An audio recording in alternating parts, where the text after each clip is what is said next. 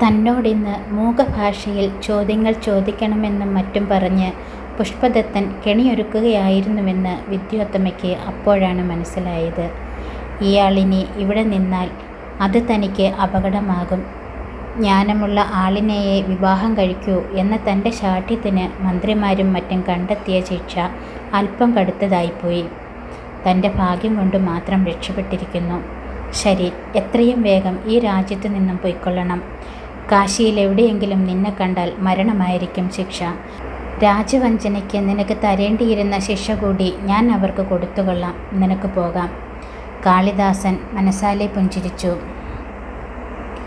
നിമിഷങ്ങൾ കൊണ്ടാണ് ഒരു വ്യക്തി മഹാനാകുന്നതും നികൃഷ്ടനാകുന്നതും. ഉച്ചയ്ക്ക് ഭക്ഷണം കഴിക്കുവോളം ആട്ടിടയനായിരുന്ന ഞാൻ ഉച്ചയ്ക്ക് ശേഷം ഏതോ രാജകുമാരനായി, പിന്നെ വിദ്വാനായി, ജ്ഞാനസാർവഭൗമനായി, കാശി രാജപുത്രിയുടെ വരനായി. ഇപ്പോഴിതാ സന്ധ്യയോടടുത്തതേയുള്ളൂ, വീണ്ടും പഴയ ആട്ടിടയനാകുന്നു. ഇതുവരെ മന്ത്രിയായിരുന്നയാളിനോ രാജ്യസഭയിലെ മഹാപണ്ഡിതനോ ഇനിയും അങ്ങനെ കഴിയാൻ സാധിക്കുമെന്ന് തോന്നുന്നില്ല. അതിനു പകരം പതിവ് പോലെ അവരെ തലമുണ്ടനം ചെയ്ത് കഴുതപ്പുറത്തിരുത്തി നാട് ചുറ്റിച്ചേക്കാം, കാരാഗൃഹത്തിലടച്ചേക്കാം. കുമാരിയോട് കാണിച്ച ഈ വഞ്ചനയ്ക്ക് മരണശിക്ഷയും ലഭിച്ചുകൂടായികയില്ല.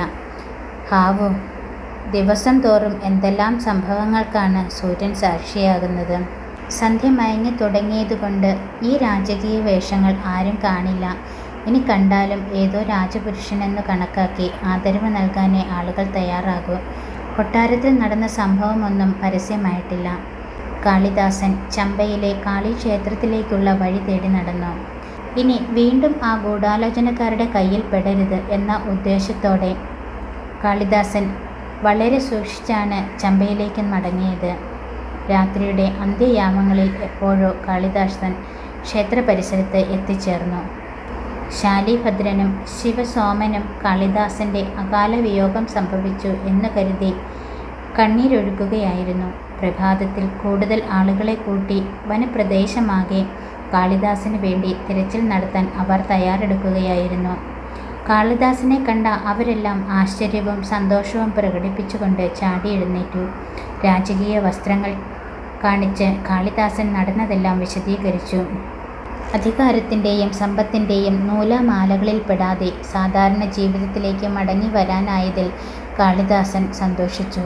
ശിവസോമനും ശാലീഭദ്രനും കാളിദാസനെ സന്തോഷത്തോടെ ആശ്ലേഷിച്ചു. പക്ഷേ ഇനി ഇവിടെ തുടരുന്നത് പലതുകൊണ്ടും ആപത്താണെന്ന് ശാലീഭദ്രൻ കാളിദാസനെ ഓർമ്മിപ്പിച്ചു.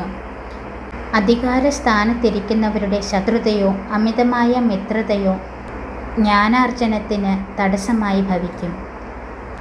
ആ സേതു ഹിമാചലം നീണ്ടുകിടക്കുന്ന ആർഷഭൂമിയെ അറിയാൻ എവിടെയും ഉറച്ചു താമസിക്കുന്നതിനേക്കാൾ നല്ലത് യാത്രയാണ്. താനും ഇവിടെ നിന്ന് യാത്രയാവുകയാണ്.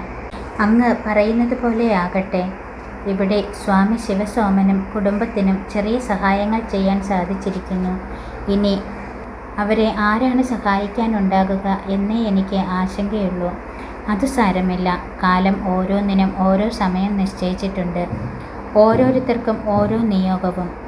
ശിവസോമനെ സഹായിക്കാൻ മാലിനിയുണ്ട്. ഭർത്താവായി ഒരാൾ അധികം വൈകാതെ എത്തും.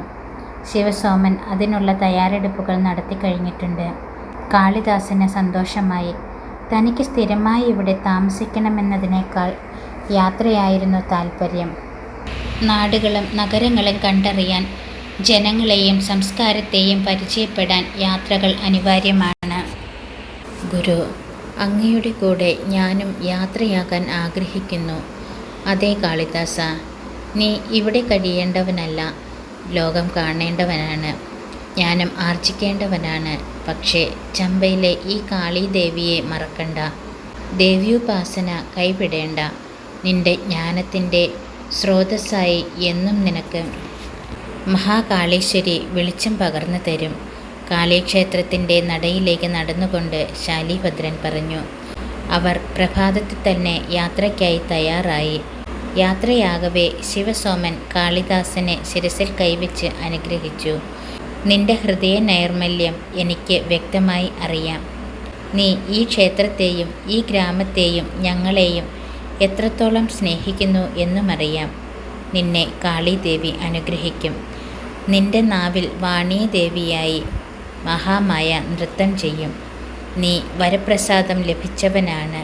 നീ പറയുന്ന ഓരോ വാക്കിലും പ്രകൃതിയുടെ സൗന്ദര്യം പ്രതിഫലിക്കുന്നത് ഞാൻ ശ്രദ്ധിച്ചിട്ടുണ്ട്.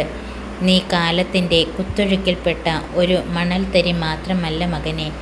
ശിവസോമൻ കാളിദാസനെ ആശീർവദിച്ചുകൊണ്ട് മാറോടണച്ചു.